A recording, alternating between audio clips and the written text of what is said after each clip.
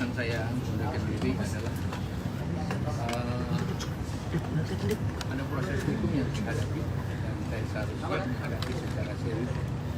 Walaupun saya berharap jangan ada stigma dan persepsi untuk yang hakim saya dulu, karena tentu biarkan proses hukum berlangsung dengan baik dan saya siap hadapi.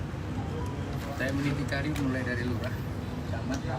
Saya 25 tahun jadi kepala daerah, 10 tahun jadi bupati, wagub, tahun. Dan baru saya merasa ada hal seperti itu.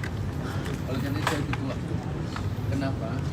Karena saya baru pulang dari Roma mendapatkan penghargaan dunia atas nama Bapak Presiden. Indonesia memiliki best practice dalam pengendalian berbagai hama penyakit baik unggas maupun hewan besar, dan itu mendapatkan apresiasi dunia. Saya memberikan presentasi di semua negara yang ada atas nama PBB. Yang kedua, IPAT memberi penghargaan pada Bapak Presiden.